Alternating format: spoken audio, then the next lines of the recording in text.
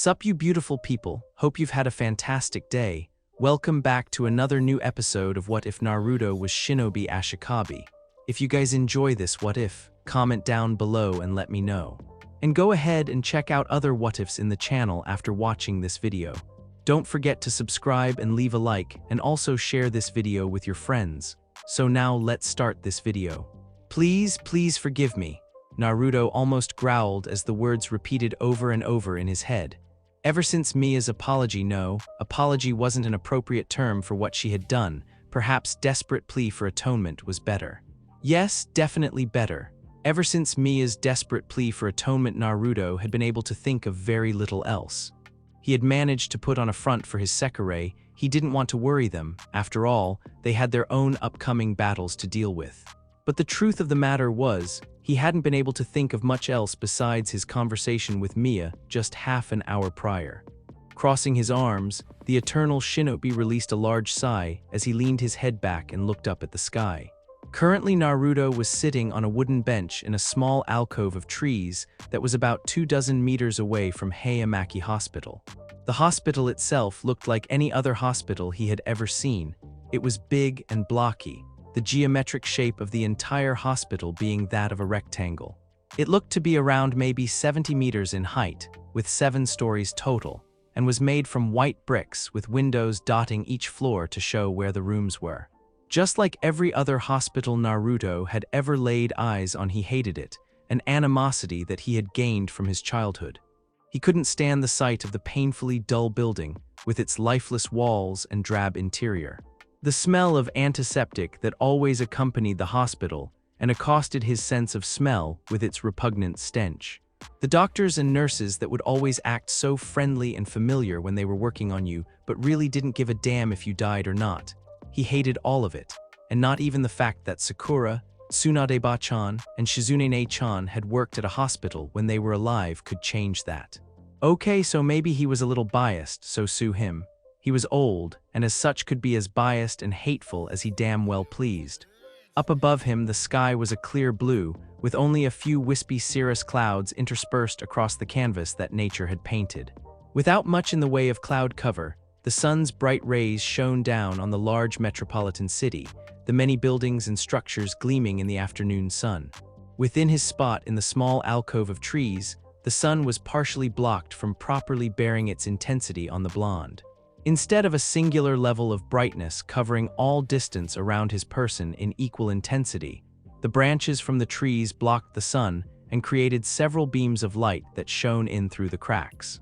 Yet despite the beauty of the scene, if he were to ignore that god-forsaken building of lifeless white that was near him, Naruto was too restless to surrender himself to the surrounding beauty of nature, his mind still having trouble coming to terms with the events before leaving Mason Izumo. The biggest problem Naruto felt wasn't that Mia had apologized, but the way she had apologized. It had been an act of desperate need. For what? Naruto didn't know. Perhaps she just needed some form of closure. Maybe their distancing was affecting her more than he had initially assumed it would. However, it could have just as easily been guilt. There were a large number of possibilities, but the fact remained that Mia, a woman whose strength was on par with a man who had been one of the strongest shinobi in the world, period, and someone who, despite her infraction against him he still respected greatly, had gone down on her hands and knees and begged him to forgive her. It just didn't seem right, and at the time Naruto had been unable to truly comprehend why she was willing to go so far for his forgiveness. The matter was further compounded by the fact that he wasn't sure what to think, and not just when it came to her apology. The truth was Naruto was no longer sure of his own opinions on the matter. His anger, the self-righteous flame he had stoked since learning that Mia had spied on him, was gone. The incredible irritation he felt at Mia's hypocritical need to learn more about him when she was keeping her own secrets had all but disappeared. All that was left now was confusion. Confusion about what had happened between him and Mia, his feelings on the matter, and the matter itself. Naruto no longer understood his own feelings on the subject, something that bothered him intensely. It's Himura and Matsu, isn't it? Naruto perked up, resisting the urge to put a hand to his left ear as the voice of Seio broke through his thoughts. In the face of his own inner conflict, the blonde had almost completely forgotten that he wasn't quite alone. Without turning his head too much, his eyes glanced up towards the roof of the hospital. With his enhanced perception, he could easily make out the three figures on top. Seio, crouching down as he looked at Naruto through a pair of binoculars, and Hikari and Hibiki as they stood on either side of the Ashikabi. "What are you talking about? Your new Sekirei, of course." The reply that came back sounded amused. Clearly Seio was finding something enjoyable in the blonde's absent-minded confusion. "Heh, I had a feeling you would probably end up winging more Sekirei before the first phase ended, but I would have never guessed it would be those two." At first Naruto was confused by the man's words. How did he know of Himura and Matsu? The answer was obvious, of course. Seio knew of Himura due to the lightning twins.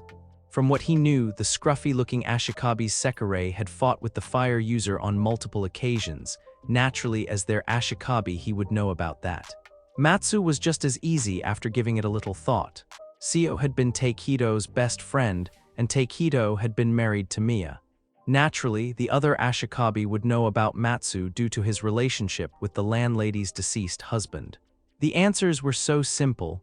The eternal shinobi would berate himself later for being so focused on an internal conflict that it took him several seconds to actually come up with a reasonable explanation. "How do you know I winged them?" Naruto asked into the earpiece he was wearing. It was a very small device, no larger than a piece of copper wiring one might expect to find in a set of headphones, and was attached to a small ball that was stuck inside the ear. It was also nearly invisible, blending into the skin near seamlessly, making it the perfect tool for a mission like this. The headset had actually been by him as a means of trying to help cure his boredom. After all, it hadn't like he had actually needed a new-fangled communication device. He rarely ever spoke with anybody anyways. However, it had been a nice intellectual exercise. The device itself was actually rather simple in its make, just your standard headset walkie-talkie.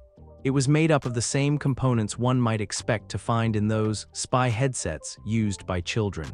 What made Naruto's so different from the other headsets out there? Aside from its smaller size and the ability to blend into a person's skin to remain unseen, were the many seals that layered the small device. Unnoticeable to all but the most powerful of microscopes, the small communication devices Naruto made had a sealing array crafted into it. Thousands of tiny, microscopic seals that had been inscribed onto every single millimeter of its surface. It was quite possibly the most complex sealing array he had ever made, more complicated than even his father's Hurricane or the summoning seal arrays of old. Of course, Naruto had had a long time to get good at Fuinjutsu.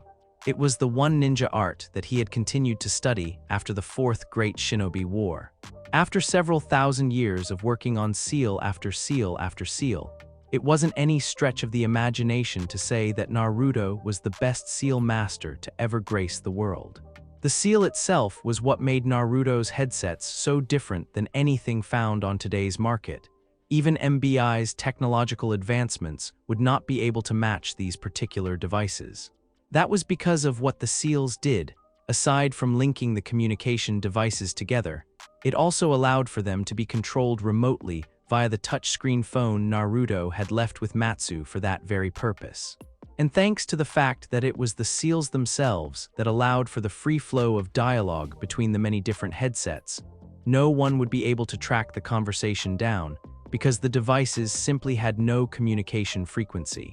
It was too bad Naruto had not been able to make these soon. Such devices would have been an incredible asset during the Fourth Great Shinobi War. An amused snort came from the other end. "You do know that Takehido was one of the lead researchers for the Sekirei plan, don't you?" The question was rhetorical, as Seio didn't give Naruto a chance to answer before he continued. He was the lead geneticist in charge of adjusting Sekirei, and well, let's just say he may have done some tinkering with me as well. Ah, that made sense. Naruto hadn't thought about it, but he supposed he should have suspected that Takehido, or at least someone involved with the Sekirei plan, would be capable of manipulating a human's base genetic structure in order to facilitate some kind of ability that was not unlike those of a Sekirei's.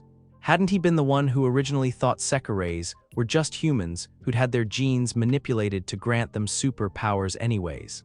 While his hypothesis with that may have been off, it stood to reason that someone would become interested in trying to do the same genetic restructuring on a human. So what? You can detect the presence of an Ashikabi as well as the number of Sekirei they have winged? Asked Naruto, actually sounding intrigued by the idea. If Seio really could detect the presence of other Ashikabi and how many Sekirei they had, it would be a great boon to any plans Naruto made in the future. That is, if he could convince the other Ashikabi to help him out.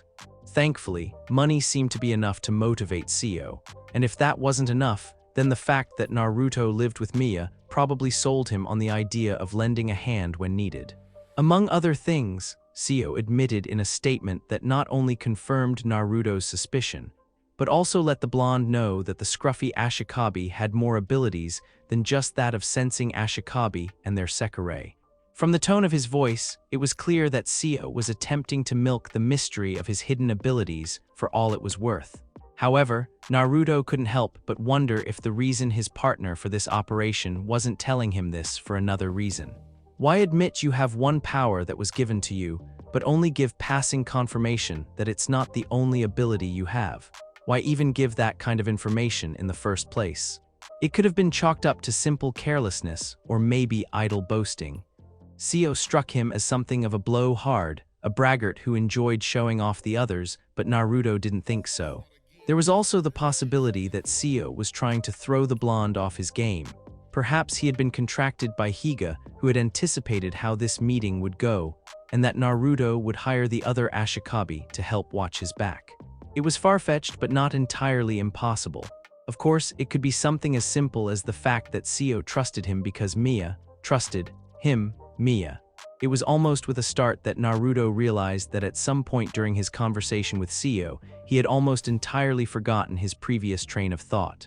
His argument with Miya, it was still there, hovering in the back of his mind like a wraith, but it no longer affected him like it had just a few seconds ago. It was like the entire conversation had driven the thought out of his mind. This time, the blonde's head whipped up towards the three figures standing on the roof of the hospital. Seio saw this through his binoculars and tossed a wave, and with Naruto's enhanced eyesight, he was more than capable of seeing the grin on the man's face. It was a very knowing grin, as if he knew of what had just happened, of what he had actually done for the blonde. Had that been Seio's plan all along, to get him thinking about something else so that he wouldn't be so caught up thinking about his problems with Miya? Was it actually possible that the scruffy Ashikabi actually knew of the problems he and the landlady of Mason Izumo were having? No, Naruto shook his head ever so slightly. He doubted Seio knew that much. Not even his own Sekirei knew the full extent of his argument with Miya, so there was no way this man could. But Seio was sharp, uncannily so. It wouldn't be a very big stretch of the imagination to come to the conclusion that the other Ashikabi had been able to tell something was on Naruto's mind, and set about distracting the blonde via knowledge that he would no doubt find interesting. Then again, he could be wrong and simply over-analyzing the entire situation. Still, Seio's words had helped clear his mind, and for that he was grateful. Maybe he should think about hiring Seio for more jobs. He already had one in the works that he could use a helping hand with, and it would definitely be useful to have someone who knew the city better than he did for that job. It was something to think about anyways. With his thoughts on Miya now gone, or at least temporarily placed on hold, Naruto was finally able to focus on the task at hand. Deciding it would be good to review all of the information he had on hand, the blonde began a mental rundown of everything he knew about Higa Izumi. Also known as the Ashikabi of the East, Higa was one of the three most prominent Ashikabi in the Sekirei clan. He also had the second largest gathering of Sekirei under his personal command, 12 in all, including number 22, Kachu. This actually explained how Higa had been able to learn about Naruto.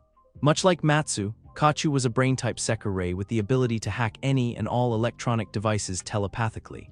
While her skills were not quite up there with Matsu's, especially when considering his red-haired computer hacking Sekirei was a single digit, and the second Sekirei to awaken to boot, the other brain type was talented enough to hack into MBI's database and gather a little information on him. How much she knew was a mystery, but Naruto doubted she had been able to find out anything beyond the bare basics. Not even Matsu had been capable of gathering much information on him before being forced out of MBI's mainframe. Kachu's presence in Higa's ranks was both a problem and a possible opportunity as far as Naruto was concerned. The issue came with the fact that he just wasn't sure how skilled the woman was when it came to information gathering and analysis.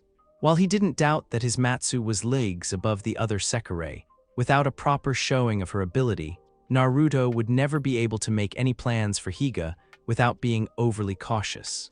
At the same time, Kachu's ability presented opportunities to implant false leads and information dumps that Higa would find interesting, but would ultimately lead to a trap should he decide to follow them.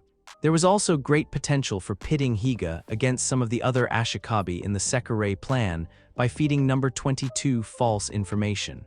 Of course, that was where Naruto's caution came in. Without an estimate of her skills, he had no way of deducing whether or not the woman would be able to see the information for what it was. In the worst-case scenario, the act of pitting Higa's Sekirei against other Ashikabi's Sekirei could backfire on him via Kachu finding some way to trace the information back to him. It was why he would need to be careful and gather more information before making any real plans. It wasn't just Kachu that posed a problem, however, and Higa had more than just Sekirei under his command. Aside from having personally winged a large number of Sekirei, Higa had several Ashikabi along with their Sekirei under his command as well. This was what made Higa the most dangerous Ashikabi in the Sekirei plan as far as Naruto was concerned. With other Ashikabi and their Sekirei under his command, the famed Ashikabi of the East could easily break any and all rules of the Sekirei plan without the act being traced back to him.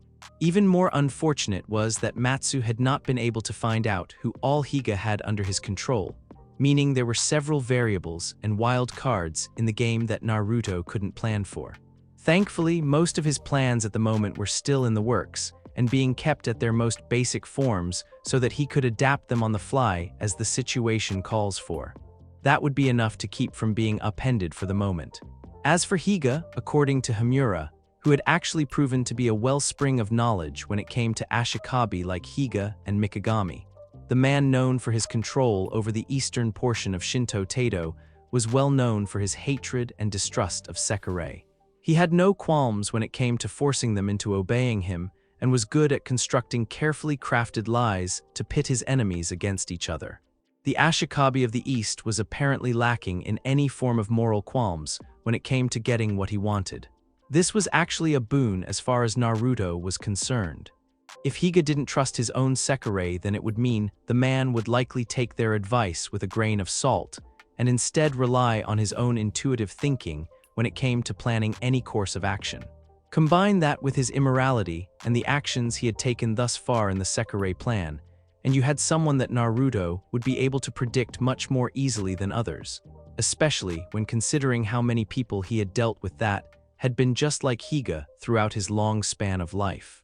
All Naruto had to do was look at the man's current actions, combine it with his personality profile and background history, and the whisker-marked blonde would be able to predict any and all outcomes when planning actions against Higa. The only thing Naruto still wasn't sure about was the man's motive. Without having met Higa yet, he simply wasn't capable of ascertaining the Ashikabi of the East's reasoning for all of the acts he had committed since his inception into the Sekirei plan.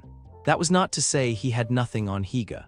According to both the background checks in Naruto had on the man's personality profile, the information unwittingly given to him by Higa's secretary, and the things that Himura had told him, Naruto had been able to gain a few facts that helped him gain a bit of a clearer picture of what the man wanted. Chief among the knowledge Naruto had was that Higa was apparently the heir of a large pharmaceutical company, which explained why the man was the owner of Heiyamaki Hospital.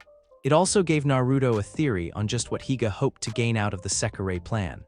Before MBI rose to prominence, Higa's corporation, which was a family-owned pharmaceutical company that had been passed down from father to son for around 150 years, had been the leading company when it came to advanced medical treatment.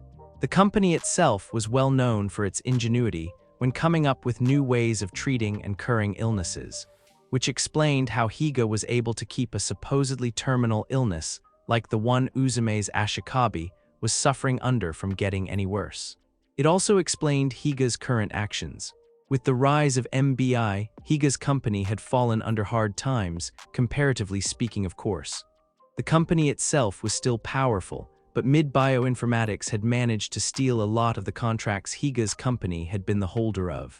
No doubt the loss of so many people and revenue they brought in with their business had caused a spike of jealousy in the young company heir.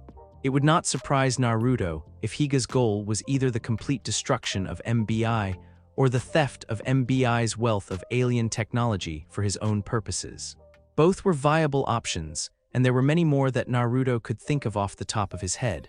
Oi, look alive brat, Higa's coming this way. Only Naruto's growing ability at concealing his newly unleashed emotions kept the blonde from giving any of his irritation away via violent eye-twitching. He was so going to get Seio back with guerrilla warfare ass pranks for that. Maybe not now, but eventually, and when he did the scruffy jerk wouldn't know what hit him. It looks like it's show time then. Be sure not to attack unless I give the signal. But that was for a later time. Right now, it was time for the operation to begin. And just what signal will we be looking for? You'll know it when you see it, the blonde said, not giving the scruffy Ashikabi a chance to respond as he decided it was time to alert his other Sekirei that the plan was starting. Channeling chakra into the communication device on his left ear, Naruto activated a seal he had prepped specifically for missions like this. Matsu, the operation is a go. Matsu was bored. Without Naruto and the other Sekirei, he had winged there to entertain her and nothing else to do but wait for her Ashikabi's signal. The beautiful Sekirei was very bored. God, she hated waiting. Unlike all of the other Sekirei under Naruto's employ, the red-haired hacker was well versed in war, having fought during the invasion of Kamikura Island, and because of that she was well aware of how operations like this went. It was all a waiting game until the action started, and unfortunately for her, all of the action was several dozen miles away, so she wouldn't even be taking part in it. Granted, she couldn't fight since she was not a type suited for combat, but that was besides the point. The point was, Matsu was bored. Damn it, she wished Naruto and the others were here. She had never had so much entertainment in her life. Watching the antics of her sister Sekirei, and the blonde was more fun than any of the soap operas she had watched while hiding at Mason Izumo. Of course, a larger part of her also wished her blonde Ashikabi would start being more intimate with her and his other Sekirei. She didn't know why he seemed so intent on holding himself back, when it was clear to her that he wanted to do things to her and the others, that he wanted to perform acts that would make her favorite Ika Ika series look like those children's shows that could be found on the Disney Channel. Matsu wasn't sure what was going on with her Ashikabi, but she was going to have to do something about his hesitance. Such thoughts were best left for another time, however. Matsu, the sound of Mia's voice, had the red head turning from the computer screen she had been watching. Kusano, who was also in the room, looked up from where she was laying on her stomach and drawing a picture looked up as well. If Matsu had been looking at the colorful depiction of the green girl chomping down on Naruto's leg, she would have sweat dropped. It seemed that the tiny titan had been quite displeased upon learning that her Oni-chan had gone off on a mission without her, and would be more than willing to make that displeasure known when he returned. Yes, Matsu called out as the hidden entrance to her room rotated and opened to reveal Mia standing there. The lavenderette stood there in indecision for a second, and Matsu was shocked to see her former boss looking so unsure of herself. It was so not Mia that the redhead was tempted to believe this woman was an imposter. Only long-time experience with the landlady told her otherwise. After nearly a full 30 seconds of doing nothing but worrying the hems of her apron, Mia walked into the room. The light that had been shining on her from the outside disappeared as she stepped into the low-lit room, the dim lighting casting a strange glow upon her figure and creating harsh-looking shadows across her features. It also revealed to Matsu the slight bags under Mia's eyes. Something was obviously troubling the older woman, and if Matsu were a betting Sekirei, she would place her bets on it having something to do with Naruto. Not that she would bet on something like that or even mention it in Mia's presence. She wasn't suicidal. Miyone-san, Kusano shouted in excitement as she scrambled to her feet. The tiny blonde rushed over to her other familial figure, her hands clutching the drawing she had made. When she stopped in front of the purple-haired beauty, Kusano held the drawing out to show the woman. "Look at what Kuchan made." Mia's eyes drifted from the young Sekirei's face down to the drawing in the girl's hands. Her lips twitched once when she saw the drawing itself, but returned to a more placid look before it could register to anyone else. "That's a very good drawing, Ku-chan," she said, a beatific smile on her face. A bit of the mischievous gleam that had been missing since her altercation with Naruto returned to her eyes. "You should show Naruto-san when he gets back. I am sure he would appreciate it as much as I do." Okay, so maybe Mia was feeling a bit vindictive towards the blonde Ashikabi. It wasn't like this was her form of revenge for him ignoring her heartfelt apology. Not at all.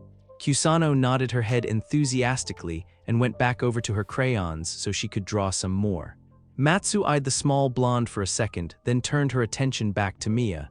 "Is there something wrong?" she asked of the landlady. When Mia shook her head, Matsu frowned. "I was wondering if the operation has started yet."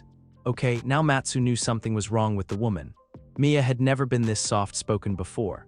That unsure stance, the slightly jerky movements, the complete lack of authority in her voice, coupled with the fact that she was not using the congenial attitude she had gained during her tenure as the landlady of Mason Izumo, were all indications that something was seriously wrong. Just how much was the argument between her and Naruto affecting the youthful woman?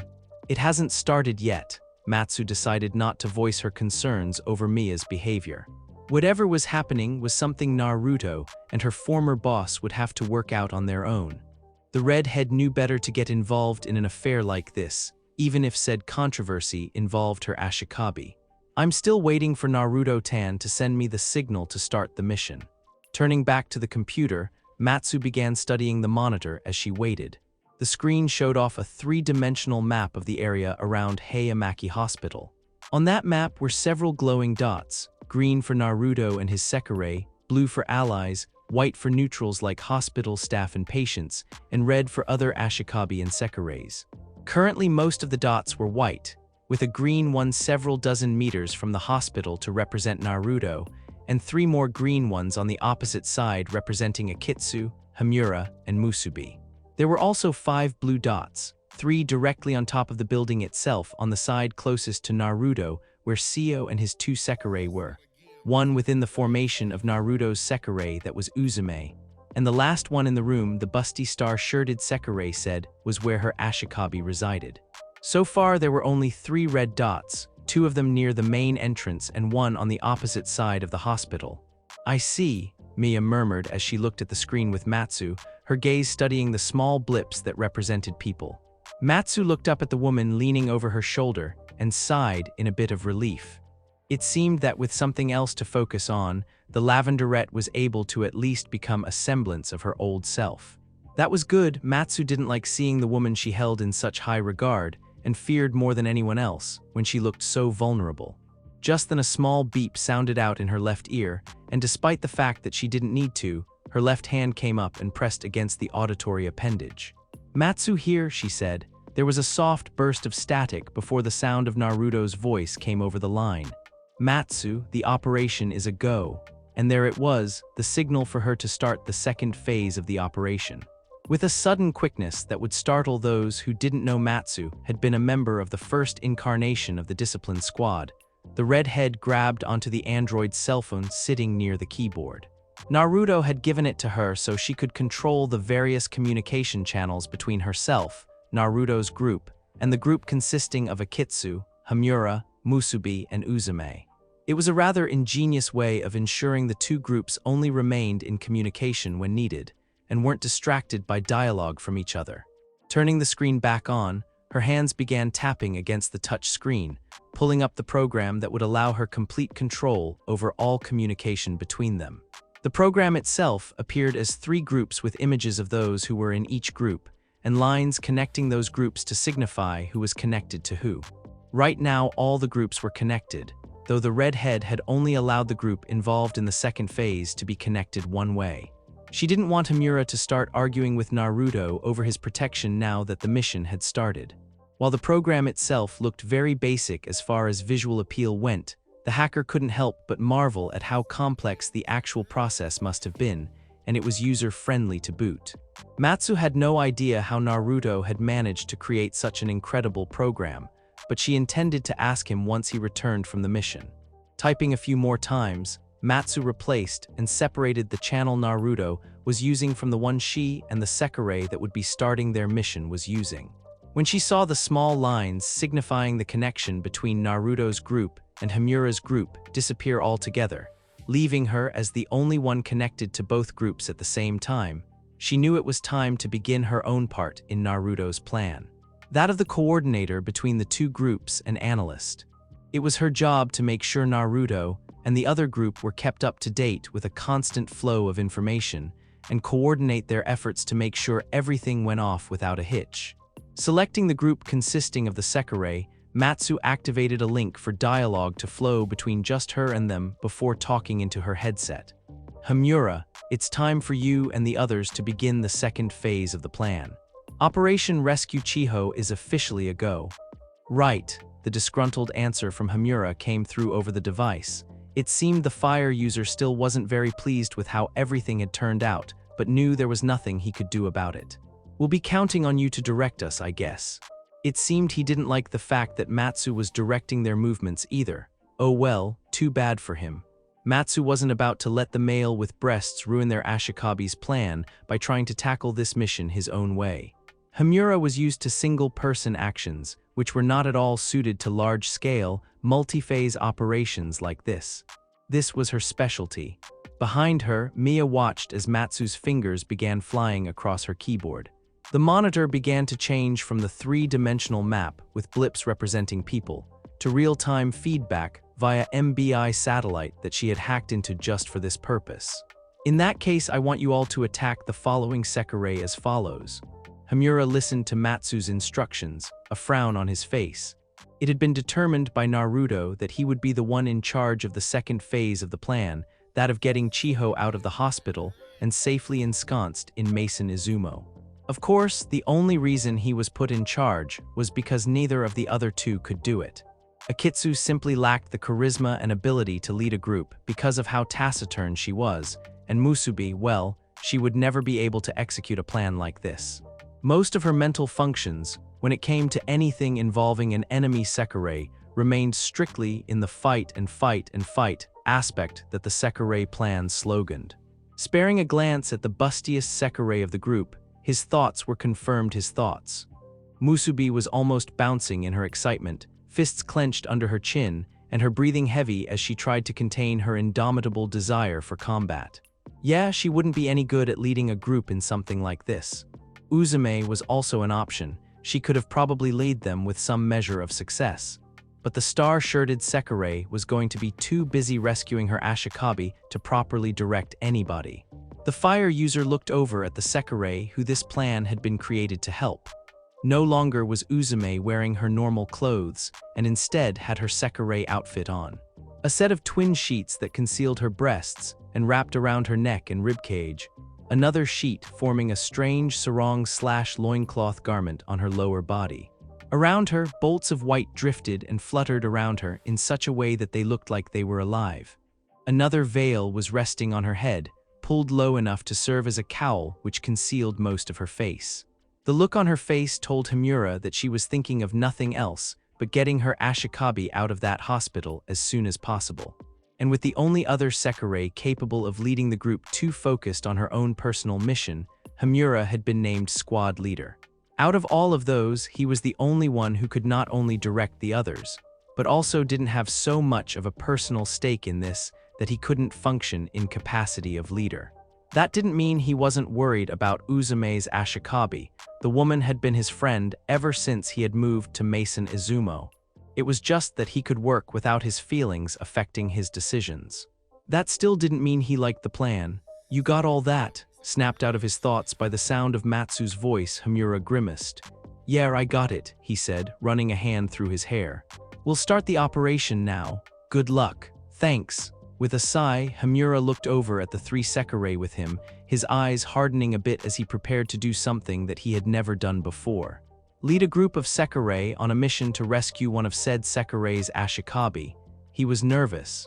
It was understandable when one considered the fact that he had never done this before. Fight against other Sekirei to protect an unwinged Sekirei.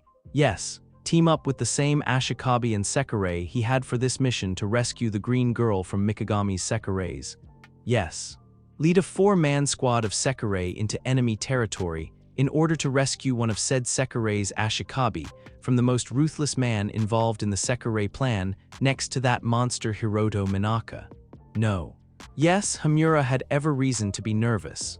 However, much as he didn't like this plan, much as he wished his Ashikabi would be more reasonable, he had no intention of letting it fail either. Naruto and Uzumaki were counting on him to do his part, so he would do everything in his power to make sure the plan succeeded. It's time for us to get started with our phase of the plan, he told the others with him. Musubi stopped her incessant jumping to look at him. Uzume's attention left the window of a particular room in the hospital, no doubt her Ashikabi's room, to focus on him.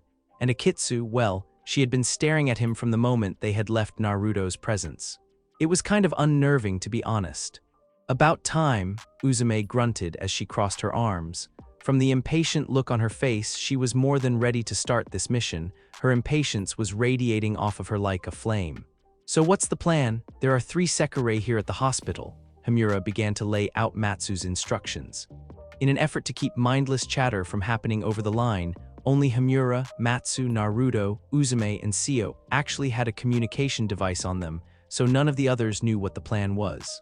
Explaining it to them was his job. 2 of them are guarding the front, and 1 of them is standing watch in the back. Oh, are we going to fight them? Are they strong? Musubi was literally bouncing on the balls of her feet again. It was very clear where her focus lay, hence the reason she would probably never be given charge of a mission. Which one am I going to fight? Calm down, Musubi, Hamura snapped, quickly growing irritated with the excitable Sekirei's constant desire for combat. This was an important mission, damn it. They didn't have time to indulge themselves in pointless violence. I'm trying to explain the mission. Right. Musubi stopped bouncing, seemingly calming down, and pounded a fist into an open palm. The mission? Sorry, I forgot we're here to rescue Uzume-san's Ashikabi. She took her fist out of her palm and rapped her knuckles against her head while poking her tongue out. Hamura sighed, really, this girl was just too much. How did Naruto deal with her? Anyways, our job, he gestured to himself, Akitsu, and Musubi, is simple. We need to engage the Sekirei guarding the hospital and lead them away from the hospital grounds. If possible, we are to eliminate them, but if not, then holding them off long enough for Uzumaki to get her Ashikabi away is fine. Akitsu, he looked over at the ice user as said woman perked up. You're going to be taking care of the one behind the hospital. Musubi and I will take out the ones in front. That way he could keep an eye on the overly enthusiastic fist fighter so she wouldn't do anything stupid. While we do that, Uzumaki is going to sneak into her Ashikabi's room and get her out of there post-haste. Does everybody understand their part? Yes, Musubi shouted cheerfully, her left fist pumping into the air. Chi, I know what I'm supposed to do. Uzumaki looked over at the hospital again, her eyes focusing on something only she could see. Ah, Akitsu's delayed reaction came in as she looked at Hamura and nodded. Yes, okay then. Hamura exhaled a large breath of air. It was the only thing he could think to do in order to release the tension in his body. Let's get started. Musubi, you're with me. Right. Musubi nodded her head once, her face the oddest combination of serious and excited. It seemed to switch between the two at random intervals, and Hamura was not quite sure what to make of that. Maybe Musubi was trying to calm down her excited demeanor and having trouble. It seemed plausible enough, and would be in keeping with what he had seen of the girl so far. At the very least, she seemed to be ready for the mission, so he supposed that so long as she was ready and willing to follow his directions, things would be fine. All right then, let's go. No more words needed to be said. It was clear that everyone understood what the task was and what was at stake should they fail. Uzume's eyes were hard. They were the look of a Sekirei who was about to protect their most treasured Ashikabi. Akitsu seemed ready as well, though it was hard to tell since she kept her facial expression blank. Hamura wasn't even sure how ready Musubi was. She was fidgeting some and seemed raring to go, but that could just be excitement. At least she wasn't bouncing on the balls of her feet anymore. With their paths determined, the group of Sekirei split off to their respective tasks.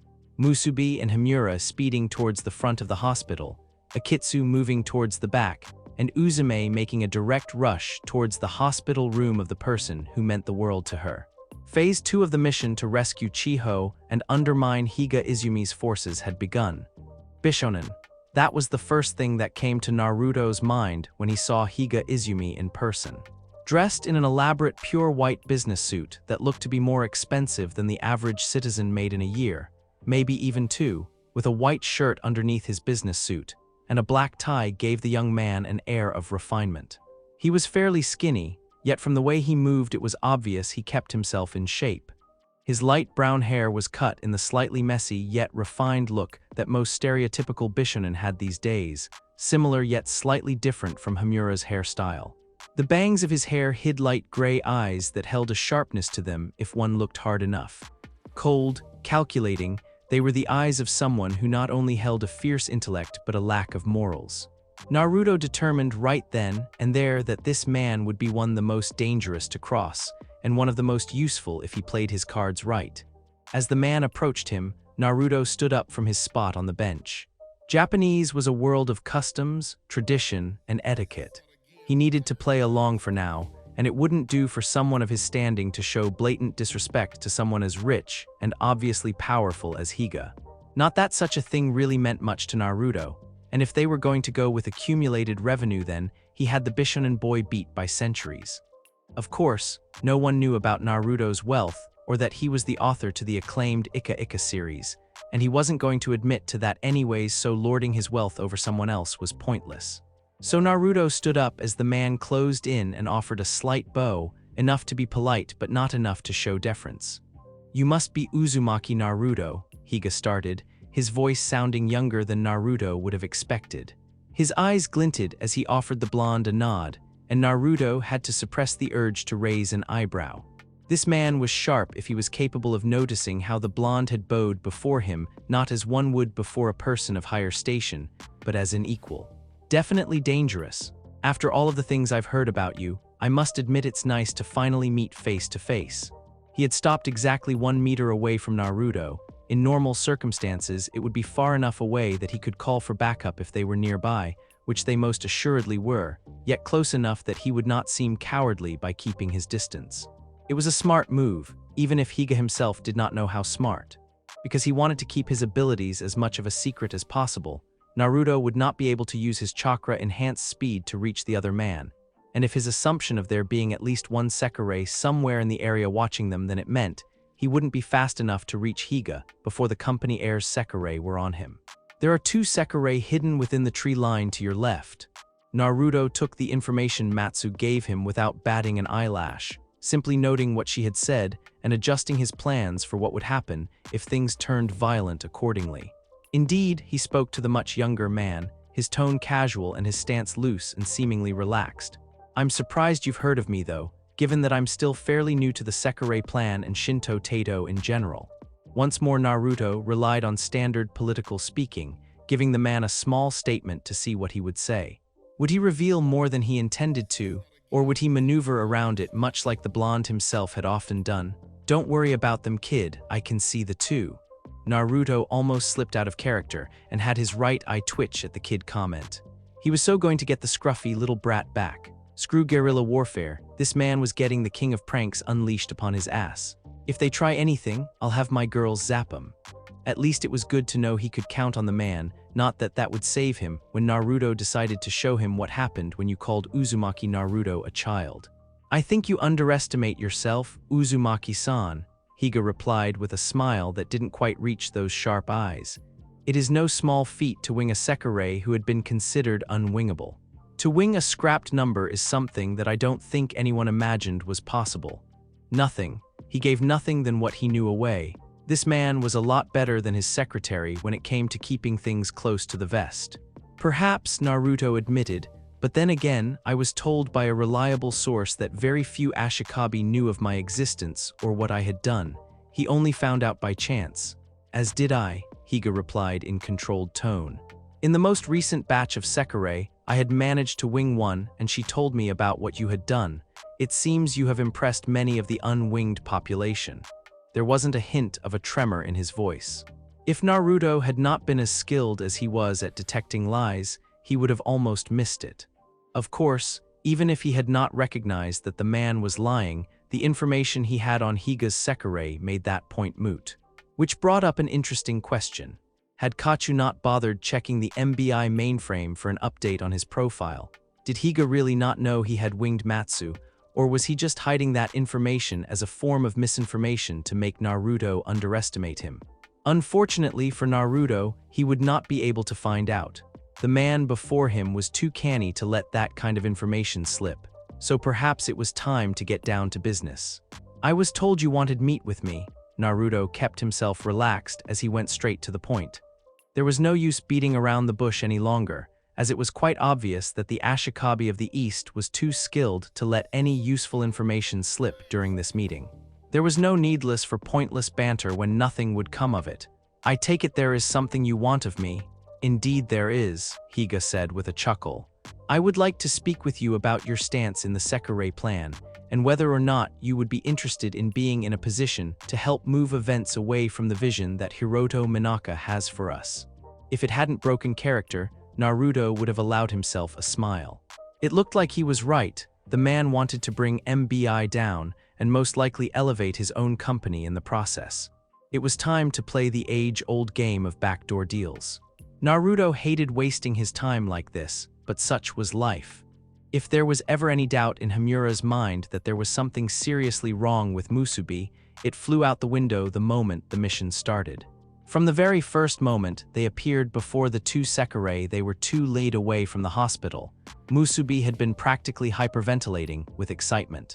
Standing in front of the two Sekirei who were guarding the entrance to the hospital, hands fisted under her chin and stars in her eyes, Musubi looked like she was just about ready to burst. A strong opponent, two strong opponents. Ooh, which one do I get to fight? Yeah, Himura was starting to get pretty worried for the other Sekirei's mental health. There was simply no way someone could be that crazy about battle and be considered sane. Oi, who the hell are you two? The sound of impatient shouting reminded Himura that this was no time to be worried about Musubi's possible mental instability. With a shake of his head, he focused on the Sekirei that had yelled at them. The girl before him had short blonde hair and light grayish-blue eyes set on a face that seemed to have perfected the art of looking impatient and petulant. Her clothing consisted of a black leather tube top with lighter gray stripes that showed off her belly button. Two leather bands around her clavicle just before reaching the shoulder and under her armpits, and leather armbands of the same make went from the middle of her bicep all the way to her hands and ended there to meet a set of black leather gloves. Following the consistency of her outfit, she was also wearing a pair of black leather bloomers with a belt attached to it, stockings that followed the same pattern as everything else, and a black choker around her neck. It was a very indecent outfit bordering on lewd, not that Himura paid as much attention to that other than noting it with distaste. What really got his attention, however, were the long strings with blades attached to her hand. She had 3 in each hand sticking in between her fingers, 8 in all. They were an unusual weapon, very much unlike the swords, whips, katanas, nagitanas, and other more standard forms of weaponry that most of the weapon-type Sekirei tended to use. They looked quite deadly.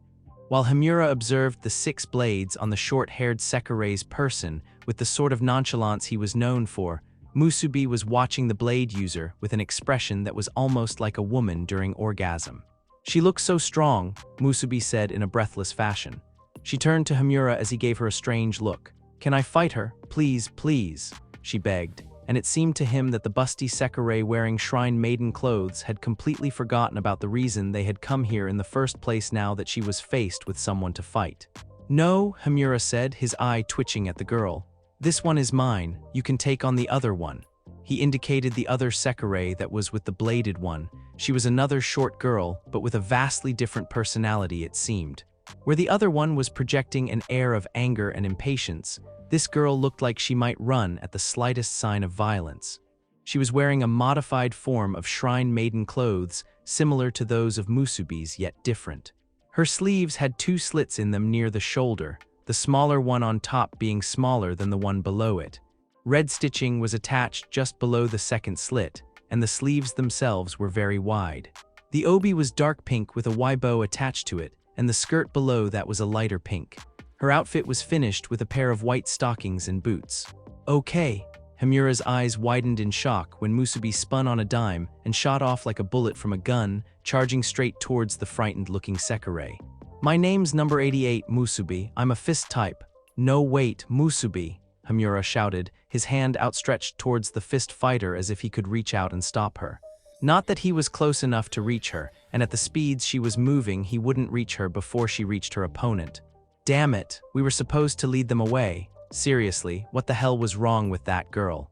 Oi, the short Sekirei shouted again, her impatience seeming to reach its peak as she tossed one of her blades at him. Don't ignore me, you bastard. The blade came in fast and hot, shooting at Himura with speeds that a human would never be able to catch. Himura was a Sekirei, however, and while not as physically powerful as the fist and weapon types, was more than capable of keeping pace with the projectile. Being a single digit also helped. He dodged the blade easily enough, jumping to the side and letting the sharp implement attached to a string sail past him. The Sekirei who had thrown the weapon and yanked on the string attached to the blade she had thrown, causing it to get pulled back towards her where she caught it in between her fingers once again. Now answer me, she shouted, something she seemed to do a lot. Maybe angry was just her natural state of being. Who the hell are you two? With the mission to lead their opponents away from the hospital pretty much destroyed thanks to the excitable fist fighter, Himura responded to the Sekirei facing by causing a large ball of fire to appear above his left hand. Without preamble, he threw the white-hot sphere of flame at the blade user, eliciting a squawk from the short-haired Sekirei as she made to dodge it. You want to know who I am? Asked Himura as he conjured another ball of flame.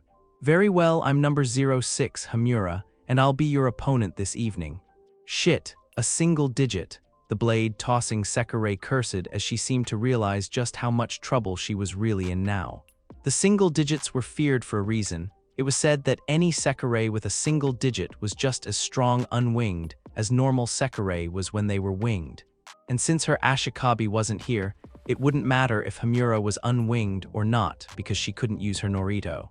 Still, as she readied her blades again, it was clear she wasn't going to give up.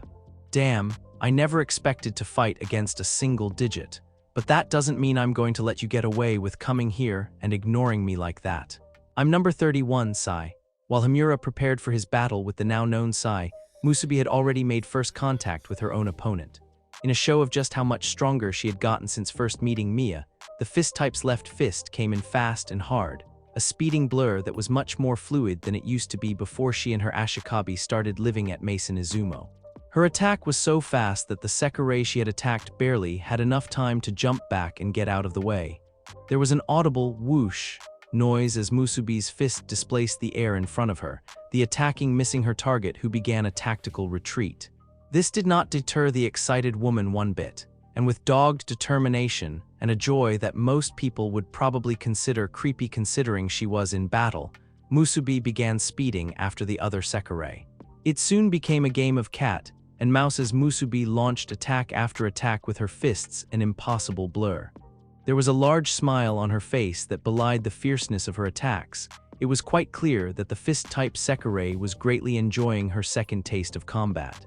Her opponent, on the other hand, did not seem to be enjoying the thrill of battle, instead looking like frightened prey in the face of a predator. It was a terrible analogy when considering the fact that Musubi looked about as threatening as a rabbit, but there you go. In spite of her apparent fright for Musubi, or perhaps for combat in general, the timid-looking Sekirei did her best to dodge the attacks as they came, moving backwards to the left, to the right, ducking. But even though she managed to dodge all of the strikes directed at her, it looked like it was only a matter of time before she was overwhelmed. In an effort to gain some space from the battle-crazy Sekirei, two blades shot out from her arms. They looked like a set of very large wrist blades. The blades themselves were in the shape of a curved triangle with a hollowed interior. They were attached to a circular projection that likely had some kind of mechanism on the inside to make them appear like that. Bringing out her left hand in a slashing motion, the blade made to carve a slice from Musubi's stomach. Thankfully, the fist fighter gained more than just experience from Mia, she also gained excellent reflexes. The landlady was far faster than this girl after all. Musubi ducked under the swing, her hair and her breasts seemed to remain in place at the quick move, and the blade that passed mere inches over her head sliced off a few strands of it before gravity came into play. By that time, Musubi was already moving again. Her opponent had decided not to fight gravity by trying to drag that blade she had just attacked with into a reverse swing, and instead was slashing at her with the sword in her right hand in a move that had her spinning a full 360 degrees. The attack missed when Musubi jumped backwards, the tip of the blade missing by a good margin this time.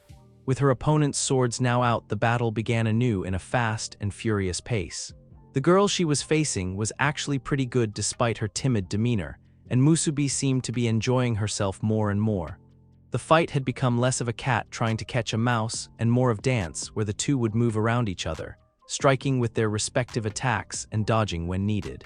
Musubi relied on the strength her training with Mia had given her to not only dodge the attacks sent her way, but also redirect them with simple jabs and taps to the flat end of her opponent's swords. Aside from keeping the blades from cutting into her, the redirecting of the sword user's weapons caused the two blades to move in wider arcs that not only took more energy, but more time to properly bring back into play. It was something Musubi had been working on, but had been unable to do on the landlady because she was far too fast. On this girl, however, the fist fighter found herself able to redirect the slashing strikes much more easily. As time went on, it was clear that her opponent was getting desperate. Her strikes became sloppier, her moves came in with less precision, and the look of wide-eyed desperation on her face was very telling. It was as the battle looked like it was beginning to reach its conclusion that the sword user, in her distress, came in with a piercing attack that was meant to stab Musubi in the chest. With an incredible move dexterity and acrobatic skills, Musubi leapt up and over the blade, kicking her legs back to gain momentum and launch herself into a spin.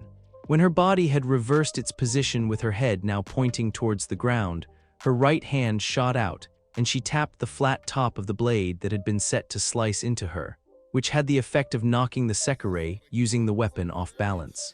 The blade was sent into the cement underneath their feet, gouging out a large chunk into the ground. Now behind the sword user, Musubi landed adroitly on her feet, grabbed the hem of her opponent's shrine maiden outfit, and yanked the entire top off. Kaya, having her entire body now exposed to the elements, her opponents, and any potential perverts that might be watching from the windows in the hospital, caused the sword user to scream and quickly kneel down as she covered her chest with her arms in a failed attempt at protecting her modesty. This was a bad move to make on her account. Without her arms, she was no longer able to attack her opponent with her swords, and Musubi seemed quite ready to put an end to the battle. Pressing her index finger against her opponent's Sekirei crest, Musubi began to recite her Naruto. By the fists of my contact, my Ashikabi's perils will be shattered. Light began gathering at the tip of her fingers, energy gathered around the Sekirei crest. The symbol began to hiss and steam, and before long the Sekirei crest, the symbol that showed everyone the Sekirei it marked has been winged by someone, disappeared. With the crest gone, the sword-using Sekirei ceased functioning. Her body fell forward, hitting the ground with a dull thump. It was over. While Musubi had her battle with the unnamed Sekirei, Hamura was busy with his own confrontation. Sai was quite talented with those blades, tossing them at him 1, 2, or even 3 at a time, then using the strings to swing them around and try to hit him from another angle. Constantly, he was being forced to dodge attack after attack, as the Sekirei he faced off against continuously brought her weapons into play. And whenever he knocked one off course, she would simply make that one return to her and launch another of her blades, which she always kept in the wing. This normally would not be much of a problem. As a being of fire, Hamura's ability to bring intense flames into combat was usually enough to burn through just about anything if he so desired it. He had proven this just a few days ago when he had helped a young unwinged Sekirei with silver hair, not unlike his own escape from Mikagami's bloodhounds. The blonde whip user, he never got her name, had tried to restrain him and take him to her master as a consolation prize. That idea had lasted only long enough for him to burn her whip straight through and send her packing with a few well-placed fireballs. So yeah, his flames were pretty damn hot and could melt or burn just about anything, including metal. The problem was that he couldn't get a proper bead on the weapons being tossed at him. It was partly due to the fact that this girl was much more skilled with her weapon than that other one was, and partially because there was more than one being aimed his way. The blades themselves were constantly moving, slicing at him from behind to his sides from above, always coming in at the same time and from different angles. Number 30 was very good at multi-dimensional attacks, it seemed. All the power in the world sometimes couldn't compete with numbers. Another issue that compounded onto this battle was the fact that they were fighting in front of a hospital. In any other circumstance, Hamura would have just turned up the heat and encased himself in a flame so hot that the throwing weapons being directed at him melted long before they reached him. However, since they were so close to a hospital, and in a damn parking lot with lots of cars that had gasoline in them to boot, he couldn't simply cut loose lest he wanted to risk blowing the entire parking lot to Kingdom Come. And this is why Hamura was beginning to regret bringing Musubi along. Maybe he should have sent her towards the other Sekirei instead of Akitsu. Hamura tusked to himself as one of the blades came in from in front of him, while another came from behind and one more from above. Dodging the first was easy, merely stepping to the side and letting it past him. The second was more difficult as the Sekirei controlling it twitched her hands and caused it to shift into his path. Despite that, Hamura was able to duck under the blade at the last second by performing a barrel roll across the ground, which consequently helped him dodge the last blade as it cut into where he had been and sliced a chunk out of the cement. "Come on," Sai shouted as she once more launched her attack at the fire user. "I thought you single digits were supposed to be strong. This is pathetic." Hamura grunted as he once more dodged a set of blades that came in from multiple angles, twisting and spinning his body around the intricately moving weapons. This entire fight was beginning to become a task. It was actually quite easy to dodge her attacks, while number 31 was acting the braggart and proclaiming how she was stronger than a single digit.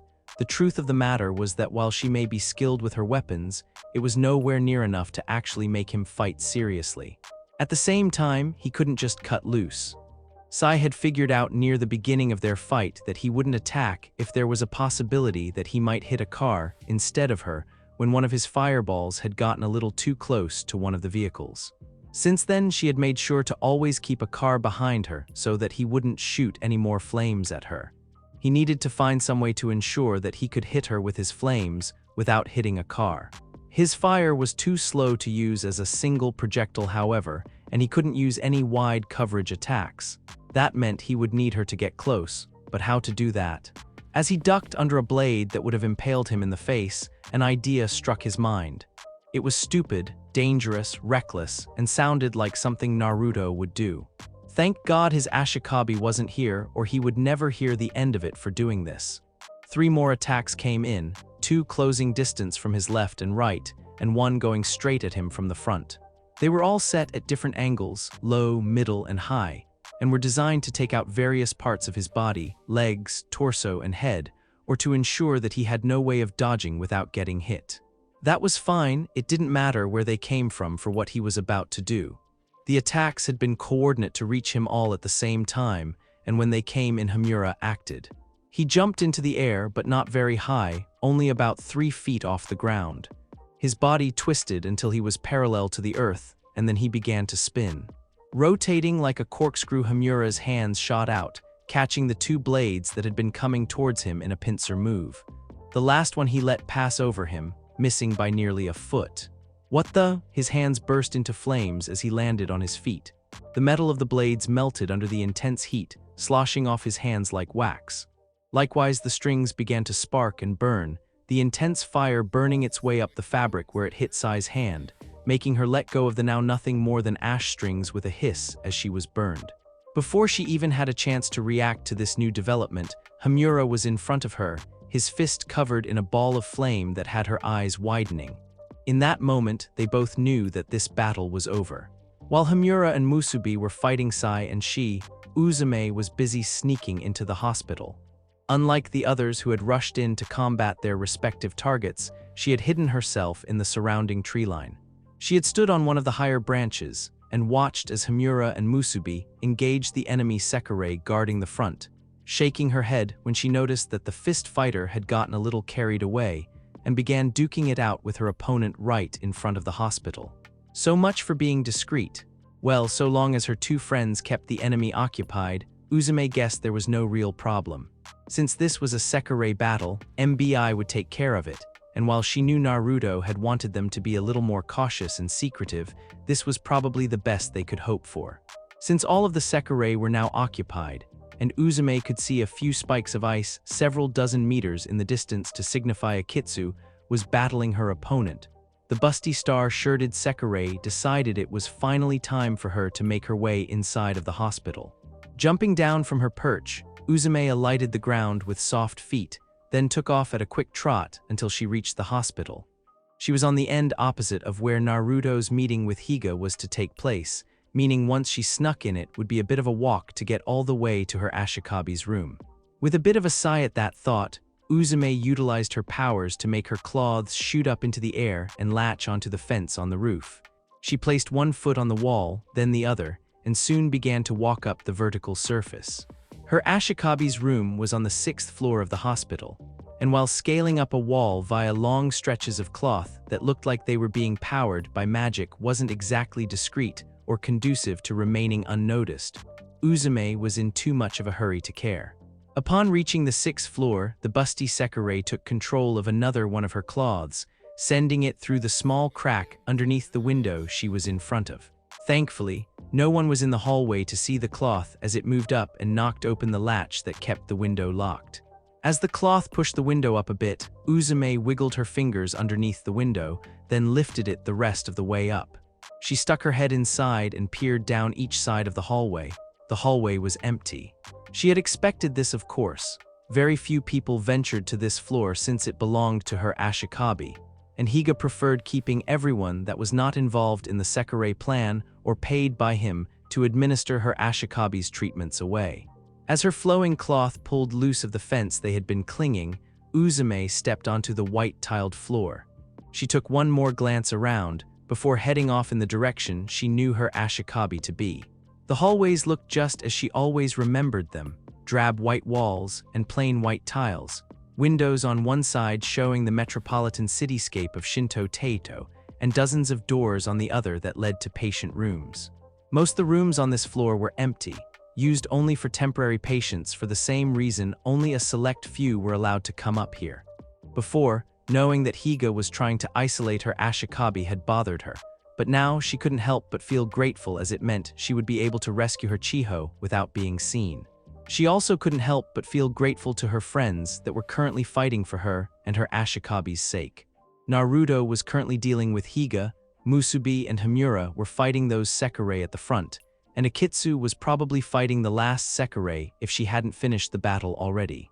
They were doing a lot for her, more than she had ever dreamed possible, especially if Naruto really could heal her Ashikabi.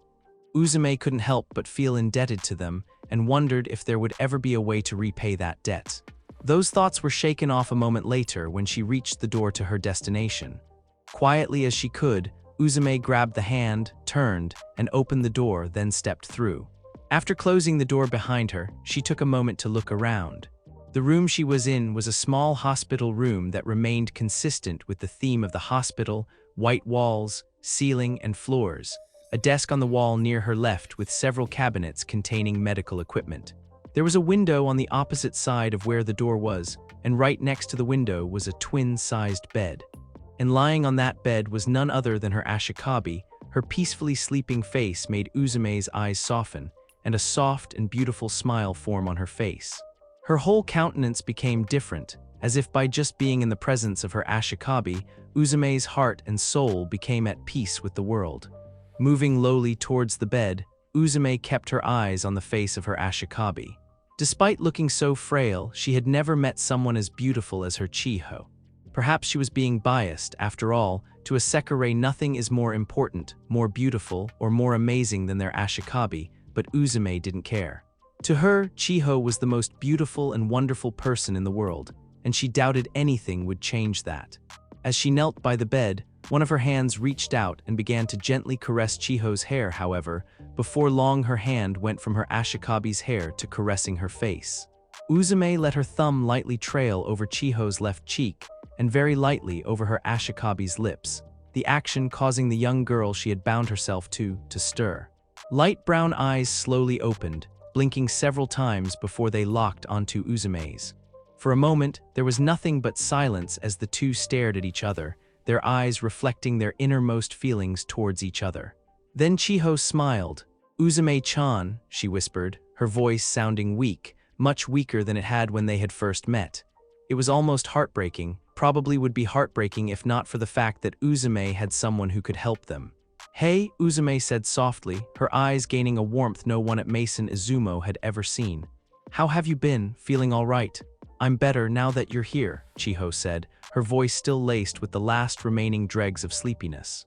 Uzume's cheeks gained a healthy yet almost unnoticeable shade of pink as she felt her heart speed up in an effort to supply more blood to her face. Her Ashikabi used that time to gain a more lasting hold on her consciousness, and smiled at the Sekirei she had bound herself to. "And how about you? It doesn't look like you've been crying again." "Crying?" Uzume blinked, her expression morphing from one of peace to that of a deer caught in the headlights of a semi-truck. Her face gained a much more noticeable shade of red. She recovered admirably, an easygoing grin on her face as she made to dismiss the girl's concerns with a genuine, if slightly embarrassed laugh. "Haha, what are you talking? What makes you think I would be crying?" "You don't have to pretend," Chiho told her, weakly raising one frail hand and clasping the one Uzume had been waving about in her attempt to deny the girl's accusation. Uzume froze, her heart began beating even more erratically in her chest as the girl's weakened hand clenched hers in a surprisingly firm grip. She could have pulled away, of course, quite easily, yet she did not. All she did was blush an even fiercer color of red. "I know," Chiho said, smiling at the busty tomboyish Sekirei. That smile. It both put Uzume at peace and caused her heart to race with the strength of a stampeding herd of elephants. "I know when Uzume-chan is sad, because when she's sad I am sad. I know when Uzume-chan is happy, because when she is happy I am happy. Even though you always look like you want to cry, you still smile for me. I know this because I am your Ashikabi." Uzume gulped, her mind unable to think of what to say, and her mouth incapable of speech even if it was. Her heart was hammering in her chest, speeding faster than a bullet train. It felt like it would beat out of her heart at a second's notice. She sniffed once, then brought an arm up to her face and began to scrub it surreptitiously. Her mind began to work once again, and a smile lit her face, as brilliant as the blush that had settled on her cheeks. "I love you too, Chiho," and she meant it. This girl, her Ashikabi, Uzume loved her more than life itself. That was what it meant for one to be bound as Ashikabi and Sekirei. At least, that was one of the things it meant. "Nee," Uzume leaned in closer, her grin suddenly turning mischievous and playful, eyes swimming with mirth. "Can I have a kiss?" she asked, puckering her lips as she continued to close the distance between her and her Ashikabi. "You Uzume-chan," Chiho gasped. This time it was her turn to blush. The girl buried her face beneath the covers up to her nose, her entire face a shade of red that matched a fire truck's, yet seemed to burn with the intensity of a star. Uzume thought it was adorable. Is now really the best time?" At the word time, Uzume paused. Blinking a few times, her mind seemed to reboot from whatever fantasy world she had entered. "Oh yeah," the busty tomboy frowned. "That's right, she wasn't here for hugs and kisses but for something else. The hugs and kisses could come later. Now probably isn't the best time." "Listen, Chiho," Uzume said hurriedly, her tone making her Ashikabi stop blushing and pay more attention to her. There was an urgency in her voice that had not been there before. "We need to get out of here." Chiho frowned and gave Uzume a searching look.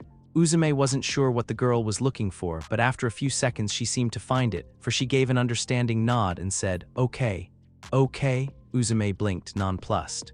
"Just like that, you're not even going to ask me why we need to leave, or where I'm going to be taking you." She had expected Chiho to at least ask where they were going, or maybe even ask for an explanation. Uzume had even prepared a "there's no time" speech just for such an occasion. It had obviously never even crossed her mind that her Ashikabi might simply accept her decision on faith. "You're my Sekirei," Chiho said with a shake of her head. "I trust Uzume-chan, and if you say that we need to leave, then I believe you." Uzume began to sniff as more dangerous moisture gathered at the corner of her eyes before she wiped it away.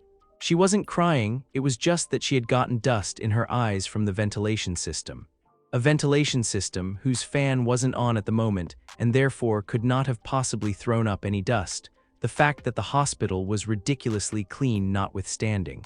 "Thank you," Uzume said as she began to rise, her arms going out to her Ashikabi and pulling her up and into a hug. Her arms wrapped tightly around the frail body of the girl that winged her, and in return, a pair of weakened arms went around her. Despite how thin Chiho's arms were, her grip was deceptively strong. Perhaps it was not only the Sekirei who gained strength from such a bond. "Thank you for being my Ashikabi." "No," Chiho shook her head as a few small droplets of water splashed against her face from above. Uzume was crying. "Thank you, Uzume-chan. So you want me to join forces with you, help you oust MBI and demolish the Sekirei plan," Naruto concluded at the end of Higa's speech. The blonde had listened to the man all the way through as he listed his grievances about MBI, stating how evil they were for bringing two people together and ripping them apart so cruelly, how Minaka was a madman that found amusement in the suffering of others and had to be stopped, and how he, Higa Izumi, could do that if he had Naruto's help. It was a rousing speech, almost passionate in the way he declared his desire to defeat the heartless conglomerate known as MBI. He had to give the man credit. Not only had he made a bold and upfront proclamation, he had done so in a way that would make most people jump at the chance he was offering. Too bad for him, Naruto wasn't some random smuck off the streets that had found himself randomly chosen to be an Ashikabi. He was a several thousand-year-old immortal who had fought in a war that made this game look like a schoolyard fight between children. He had watched as entire empires rose and fell with the tides of time. He had seen humans as they advanced, been there as they moved forward, watched them as they grew, and he had made sure to blend himself into their society seamlessly, learning every trick in the book to ensure that no one discovered his secrets. While Higa's speech may have invigorated and roused others into joining him, Naruto had seen too much to be moved so easily. It probably helped that the man couldn't hide his true desires and intentions behind a mask. Forearmed with the knowledge that Higa hated Sekirei and owned a rival company of MBI, Naruto had all the information he needed to know that the Ashikabi of the East's proposition, designed to convince him to join forces, had been nothing more than a rehearsed and carefully crafted speech that the man had no doubt practiced for countless hours to get just right. It was a complete lie with the sole purpose of turning those it convinced into tools for Higa to use and toss aside when they had outlived their usefulness. "That's right," Higa said with a nod and a smile that was probably designed to be friendly, but to someone like Naruto was as transparent as Matsu's sleepwear. He could easily spot the cold glint in Higa's eyes when the man spoke. "That's right. As someone who has winged so many Sekirei, surely you can understand why I am doing this. Hiroto Minaka is a madman who needs to be stopped in order for Ashikabis and their Sekirei to live peaceful lives together. With you helping me, I am sure we can accomplish this goal." "And what happens after that?" asked Naruto. "When MBI is defeated, what happens then? Will you take over MBI, steal their technology in order to elevate your own pharmaceutical company to the status it used to be before Minaka created MBI? And what will happen to the Sekirei without the company to regulate them and keep the world from knowing about their existence?"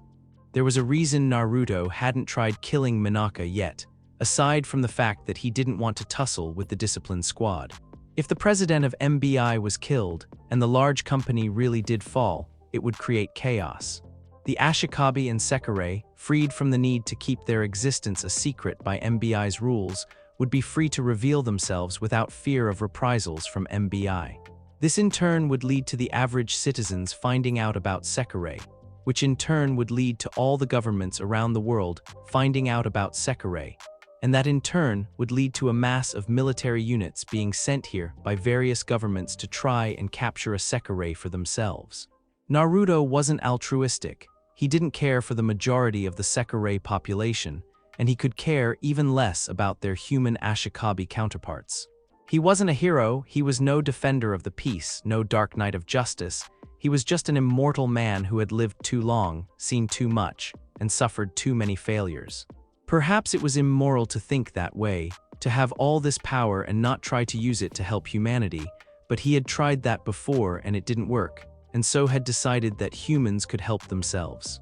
He wasn't responsible for what they did, and he no longer cared if humanity as a whole started committing mass genocide against each other. Naruto was too old to care about that. However, just because he didn't care about the majority of Sekirei and Ashikabi didn't mean there weren't those he did care about. he did care about his own Sekirei and those living at Mason Izumo. As much as he may have tried pushing his feelings away, he couldn't deny that he cared about them.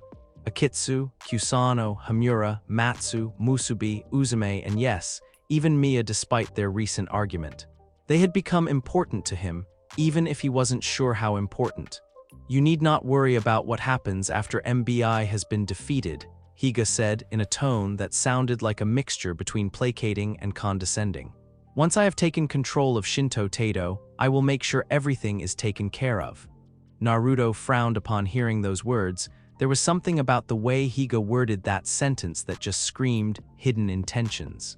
It had been clear from the start of their conversation that the man was not as altruistic as he was trying to come off as, and it was obvious that the man had plans for those who have become involved in the Sekirei plan that was highly likely to be very unpleasant. Naruto just wished he knew what the man's goal was. As unfortunate as it was, he simply hadn't been able to get that information out of the company air, which meant he wouldn't be able to make anything more than basic plans to disrupt Higa's day-to-day operations. How disappointing. Still, it was not like this meeting was a total loss. Naruto now knew the face of one of his enemies, and now that they had met, he was confident in his abilities to outwit Higa when they crossed each other's path again. When not if Naruto knew that in the next few moments they would become enemies, it was already a foregone conclusion. Sorry, the blonde stated with an almost bright smile that stretched his mouth wide enough that his eyes became fox-like slits. But without knowing of your intentions for Shinto Tado and the Sekirei and their Ashikabi, I'm afraid I'll have to decline your invitation to join forces. I see, Higa sighed as he closed his eyes and looked down at the ground, as though hearing Naruto's words caused him immense disappointment. I'm sorry to hear that because unfortunately, that means I am going to have to make you come with me by force. That statement seemed to be some kind of signal, for the next thing Naruto knew he was surrounded by two people, Sekirei from the looks of them, one behind him and one in front of him. The two Sekirei looked a little older than many of the other ones he had come across. They were taller than most, and their figures were more mature.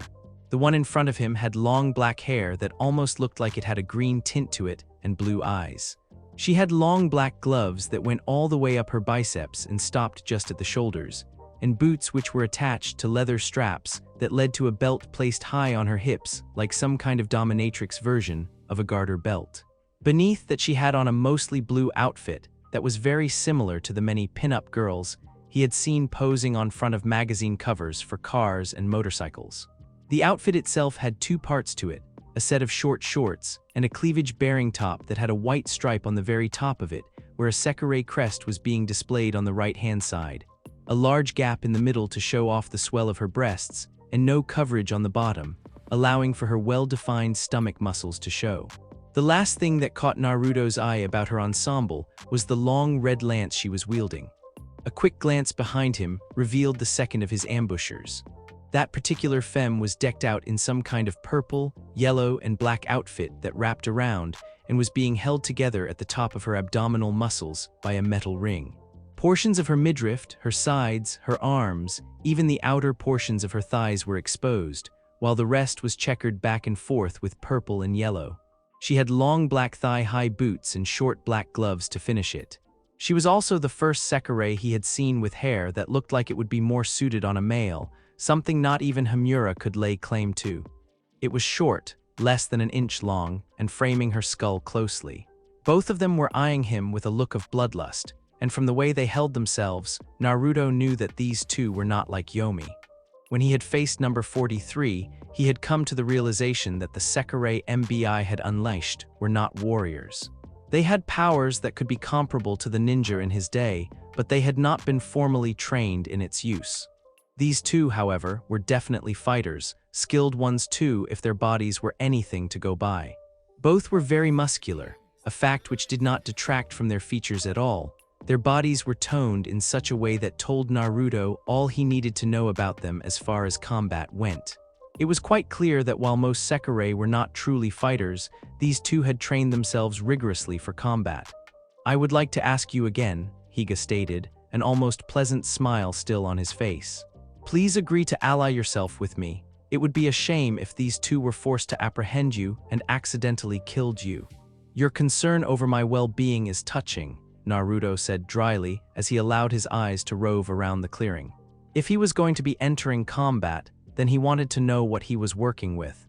He had about 5 meters of space with which to move, that is if he didn't decide to use the trees or any of his chakra abilities. There were a few lone trees that he might be able to use to his advantage if given the opportunity. He could work with this. However, a flick of each wrist caused 2 kunai to shoot out from his sleeves and into his awaiting hand. He crouched down low, crossing his arms in front of him with his left hand holding its kunai in a reverse grip and the other in a normal grip. I'm still going to have to decline. I see, Higa said. That is most disappointing. The Ashikabi of the East shook his head. Very well, Ichiya Toyotama, see to it that our friend is taken care of, but try not to damage him too much. I'll need him if I want to get his Sekirei to cooperate. Hess, it looks like we've got an interesting one here, the one in front of him said. Toyotama, Naruto knew from having read on all of Higa's Ashikabi. She looked at the blonde as he stood in his ready stance. Do you really think you can defeat us? You're a human. Perhaps, perhaps not, Naruto said brightly, not at all concerned about the possibility that these two might be better than him. If they became too much for him to handle, he would simply call Seio. But as this was only his second time facing off against a Sekirei, and he had been reconditioning his body for the last few days, Naruto wanted to see where he stood when compared to them. It doesn't really matter to me one way or the other. In that case, the one behind him, Ichiya, started before rushing him. We'll make this quick and show you your place. She came in with a side kick to his temple, aiming to smack him with the heel of her foot. It was a good move, well executed, and clearly something this Sekirei must have practiced quite often during her spare time, if she had any spare time. If the kick had connected, it probably would have sent him crashing into a tree if it hit. Naruto was moving long before Ichiya's foot had even left the ground. The blonde moved forward, rolling across the ground. Toyotama used the time it took his body to move into a full rotation and land back on his feet to swing her lance at him with an overhead swing. As Naruto came up, his left hand shot out, catching the lance on his kunai. The sound of steel grinding against steel ran throughout the clearing. It lasted only a second though, as Naruto's reverse-positioned kunai was angled in such a way that, when the lance struck his all-purpose utility weapon, it glanced off the blade and slid down towards the ground on his left side. Normally, that would have been the perfect opportunity for him to strike with a fast counterattack, either by moving into Toyotama's personal space and slicing her throat with his kunai, or plunging his weapon into her floating ribs. When in combat against an opponent who used something like a lance, staff, or halberd, it was imperative that one engaged their enemy as closely as possible. Due to the length of their weapon, they were ill-suited to fighting those who were fast enough to move into their personal space. However, Naruto didn't have the luxury of following through with his attack, as Ichiya had already closed the distance between them again and was attacking him from behind. Spinning around and lowering his body into a crouch, Naruto ducked under a reverse heel kick that had been aimed at his floating ribs. A good thing too, if the displaced air was any indication, then the power behind that kick would have done serious damage. Not only was the dodge good for his continued physical health, it was also a very nice strategic maneuver. Because of how close he had been to Toyotama when Naruto dodged the kick, it had come very near to actually hitting the lance-wielding Sekirei. Toyotama was forced to backpedal lest she be hit by her own partner, and Naruto used the opportunity presented to him to engage Ichiya in one-on-one combat. The first thing he noticed about this woman's taijutsu was that it relied primarily on kicks. Rarely ever did the woman use her hands, and when she did it was only to act as a counterbalance. If Naruto came in with straight jab to the face, then Ichiya would bring a leg up and block it with her calf. When he allowed her to kick his fist away, and instead of letting it go far brought it back around and under the leg to strike her neck with a knife's edge, the same leg she had blocked his first attack with came down and knocked this one off course. She would then return his own attacks with counters of her own, relying on her long legs to deal a series of devastating combinations. The taijutsu user was so good with her legs and had such superb balance that she could unleash at least 10 kicking combinations before having to even set her foot back on the ground. Naruto found himself almost evenly matched with this woman as far as taijutsu went. He could probably do a little better than her, but he wasn't allowing his chakra to flow through his body unrestricted like he had during his battle with Yomi. The last time he had actually unleashed his chakra, his body had suffered from a series of torn muscles and ligaments, and although they had healed within a few seconds after the battle, it didn't change the fact that once he had become aware of the damage, or after damage as it were, his self-inflicted injuries had caused him quite a bit of pain. He couldn't afford to let that happen right now, so he stuck to carefully regulating how much chakra his body used to enhance himself, thus putting him at more or less even footing with the kicking Sekirei. Behind him, Toyotama had regained her balance and rushed towards the blonde whose back was now turned as he engaged Ichiya in taijutsu. Sensing the attack behind him, Naruto waited until Ichiya came in with another kick, a front kick, and just as she extended her leg to stomp a mud hole in his stomach, jumped onto the leg and used it as a springboard to push himself into a flip. Due to her leg being fully extended, and Naruto having used his weight to push it down, Ichiya stumbled forward a bit. Having already rotated until his head was pointed towards the ground, Naruto reached out and grabbed the taijutsu user by the shoulder.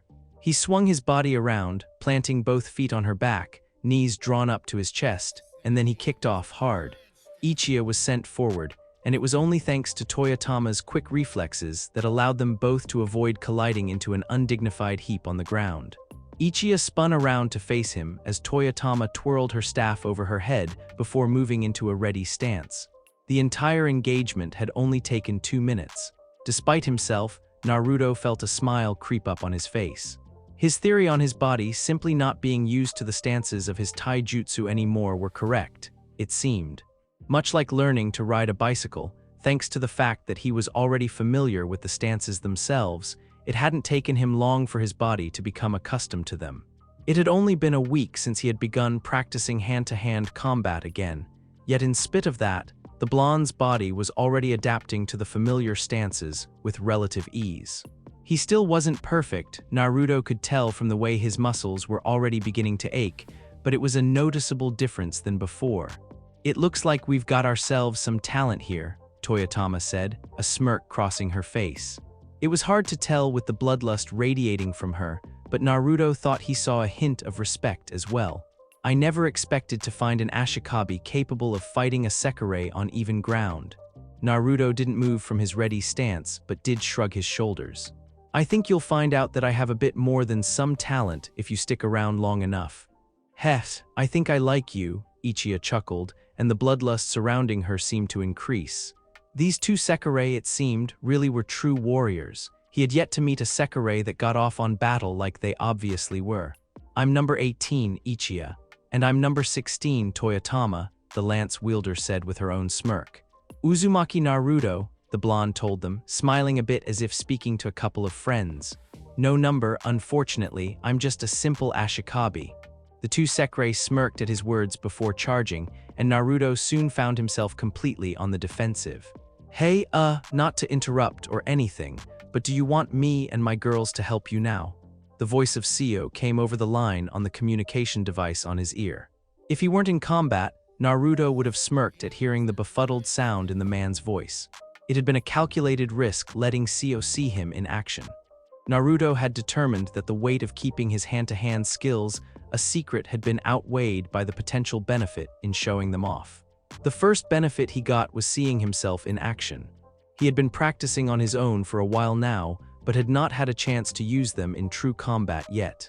Right now Naruto was seeing the results of retraining his body to fight, and while not as good as he would have liked, it was at least passable considering he had only restarted a week ago. The second benefit was reputation. Right now Naruto was an unknown to all but a few who knew him as the miracle worker. However, that anonymity could only remain for so long.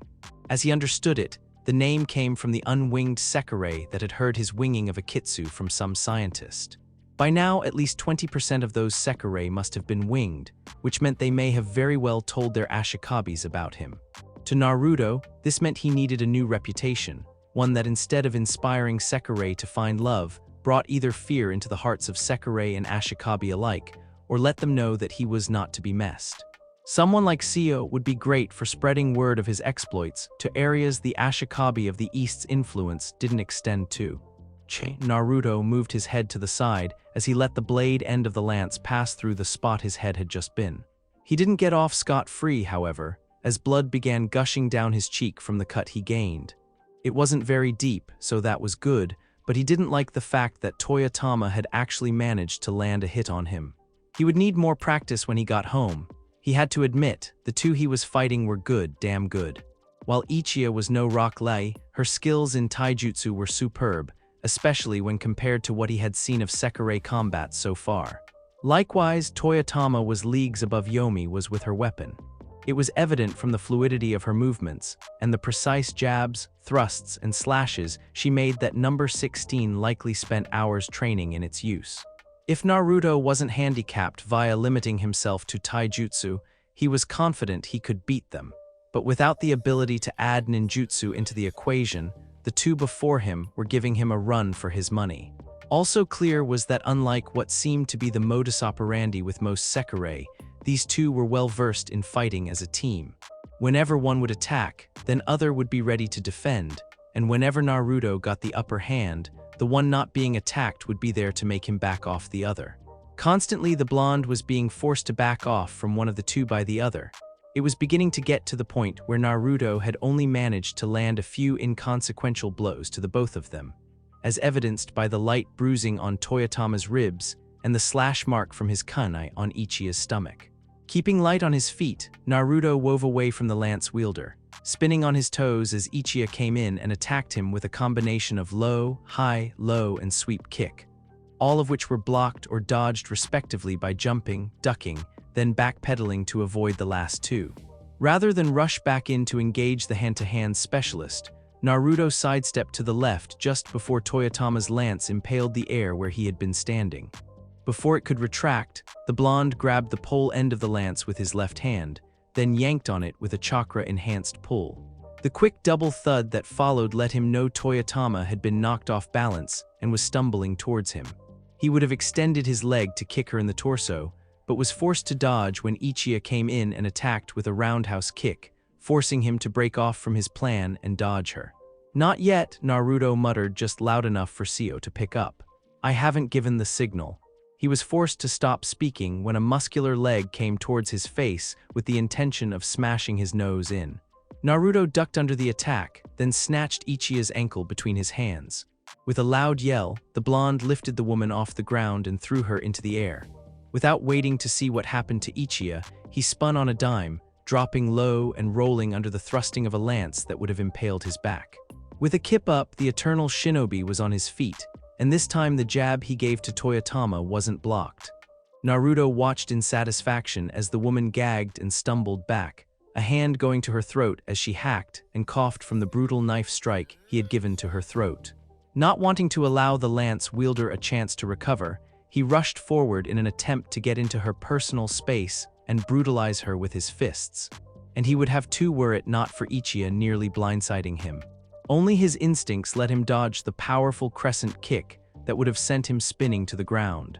He lowered his body just enough to let the kick pass overhead, his left hand shooting out and striking the calf away with his knuckles to further the distance between the foot and his head. He lashed out with his own kick towards Ichiya's sternum, but the attack was not only blocked, but captured when his opponent hooked her leg around his, and then grabbed his foot with her hands. "Now Toyotama," Ichiya shouted, and Naruto realized their plan when he heard the quick thuds of running feet coming near him. Emitting another noise from his mouth, Naruto pushed off the ground with the foot that wasn't caught. Because Ichiya was busy keeping his leg in her hold, she wasn't able to do anything when he smashed his knee in her face other than to let go. But Naruto wasn't done with just that. Before Ichiya could stumble backwards, the blonde hooked his foot behind her head, and with his fingers digging into the earth underneath them and utilizing the chakra sticking method to keep them grounded, Naruto yanked the fighter towards him. There was a loud whoosh sound as all of the air was forcefully expelled from Ichiya's lungs as he planted the heel of his right foot into her gut. This was followed by another yank as Naruto forced her onto the foot entirely, and then in an incredible display of physical prowess, tossed her over his body and towards Toyotama with a single leg. This time, the lance wielder could not move in time since she was so close, and was only able to move her lance out of the way so she wouldn't impale her comrade as the two collided into each other with a loud thud. "And just when do you plan on giving the signal?" Seio asked sarcastically as the two Sekirei Naruto had just sent on a collision course with each other got back up. Naruto would have used the time it took for them to return to their feet to attack them, but decided against it. He was beginning to tire. The fight may have only been going on for 10 minutes, but that was 10 minutes of non-stop furious combat, the likes of which he had not been in for a long time. These two were way better than anyone else he had fought since the elemental nations had been in existence. Instead of charging in, and possibly getting caught between the two, Naruto stood where he was and tried to get some much-needed oxygen into his lungs. As he did, a glance to his right showed him that Higa was no longer smiling, and if Naruto were a betting man, he would take a guess that the wealthy company heir was not pleased to see that his top two Sekirei had failed to take down a single Ashikabi. It was probably even worse since the blonde himself only had the one injury on his cheek, while both Toyotama and Ichiya were suffering from multiple cuts and bruises. "And I told you," Naruto started to retort. "You'll know it when you, Ashikabi-sama," Matsu's voice broke over the line, causing the blonde to halt his response mid-sentence. "I have just received word from Uzumaki that she has managed to acquire her Ashikabi and is making her way to the rendezvous point with Akitsu, Hamura, and Musubi.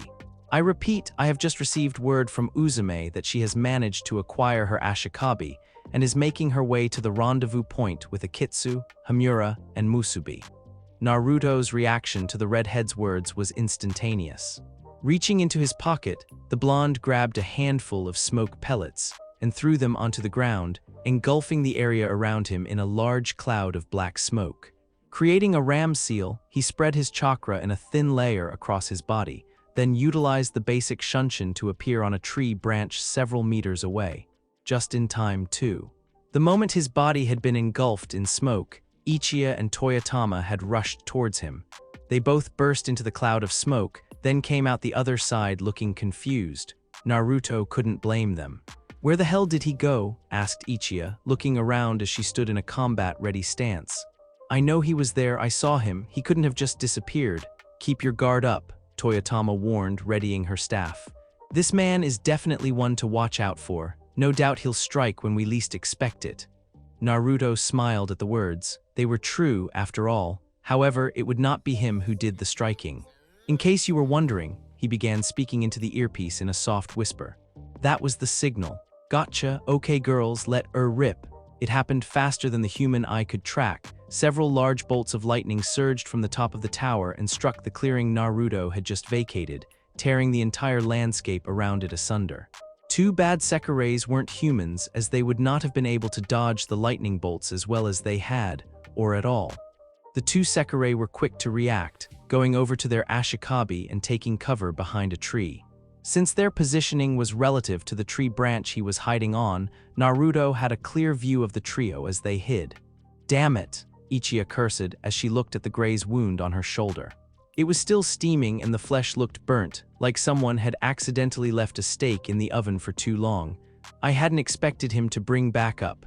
We should have though," Toyotama muttered with a frown. "A man like that wouldn't have come here without backup." Hindsight is always 20/20, right?" said Ichiya, before turning to her Ashikabi. "Master, what should we She blinked several times when she saw that Higa was paying more attention to his phone than the lightning that continued to strike the ground in the clearing they had been in.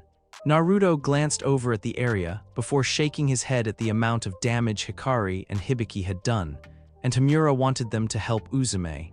"Let's go," Higa told them as he stood up. "We're leaving." Naruto's lips twitched as he realized that the man must have just received a message about what had happened at the hospital proper. But master," Toyotama started, looking confused. "We haven't caught that Ashikabi yet." "That is no longer our concern," Higa told them with a cold glare. The two didn't flinch, but there was a definitive stiffening of their muscles. "There is nothing left for us to do here, as it is clear that the one I came for has left. I shall administer your punishments for failing me later." Once more, there was not even a flinch from the two, and Naruto couldn't help but frown at how cold the man was. Sure, he had tried ignoring his Sekirei before deciding to accept the bond and see where it went, but to punish your Sekirei for something that wasn't really their fault and more of a case of bad intelligence. That was just stupid. Naruto sighed as he watched the trio leaving. He hoped he had made the impression on them that he had intended. Hopefully, things would begin to play out as he hoped. Only time would tell, however. Did we get him? A roll of the eyes was all Naruto gave to the sound of Seio's voice before he responded in a dry, sarcastic tone. What do you think? Well, we did do a lot of damage to that clearing. A lot of damage, Naruto nodded. Yes, and with all that destruction your Sekirei unleashed, none of you saw when the three you were trying to hit escaped. Damn, so we didn't hit them? No, you didn't. Well, that sucks. Naruto didn't even deign to respond. Seio had taken the words right out of his mouth. Thanks for listening. I do hope you enjoyed it. If you want the next part of this video, like, subscribe and comment down below and turn on the bell notification, and also check out other videos that I have created and enjoy. See you in the next video. Peace.